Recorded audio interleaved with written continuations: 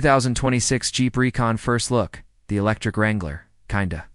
Jeep's first real EV is finally here. It's basically the closest thing we're going to get to an electric Wrangler anytime soon. After years of teasing the Recon as a 2024, then a 2025 model, Jeep is officially launching it as a 2026 model. Will it actually arrive on time?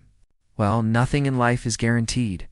But Jeep announcing the return of the V8 Wrangler at the same event makes this debut feel a lot more real. Built for trails, Recon Moab. The spotlight model is the Recon Moab, the most off-road focused version in the lineup. Unlike the Wrangler, this thing runs on a fully independent suspension control arms up front, multi-link out back. Every Recon gets short overhangs for great approach and departure angles. But the Moab trim-ups the game with 33-inch Nexen off-road tires, 9.1 inches of ground clearance, and a solid 23.3-degree breakover angle. Jeep says they tested the Recon on actual Moab trails, Poison Spider, Hell's Revenge, Wipeout Hill, so this isn't some mouthcrawler EV pretending to be tough .650 horsepower. Electric 4Z power, the Recon packs, dual permanent magnet motors, one front and one rear, delivering 650 horsepower and 620 pounds of torque. No low-range transfer case, but it does get a special rear axle with a 15-to-1 torque multiplying reduction gear and an electronic locker. Rock mode tuning is super fine-grained to help you creep over obstacles without drama. Compared to the Wrangler 392, the Recon wins in raw power. But Jeepers will be quick to remind you that the V8 with all its gear ratios still puts more total torque to the ground. Also, the Wrangler tows 3,500 pounds, while the Recon maxes out at 3,300. The only open-ear electric SUV, this is where the Recon becomes a unicorn. Doors pop off without tools, rear glass comes out. There's even an optional Skywant Touch power roof that gives you full open-air vibes.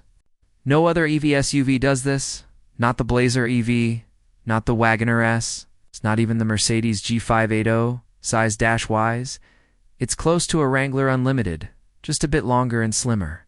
Speakers are tucked under the seats so the music keeps going even when the doors are off. Battery. Range charging the Recon shares a 100.5 kilowatt-hours battery with other STLA large EVs. Range on the Moab is estimated at 230 miles, with less aggressive trims expected to hit 250 miles.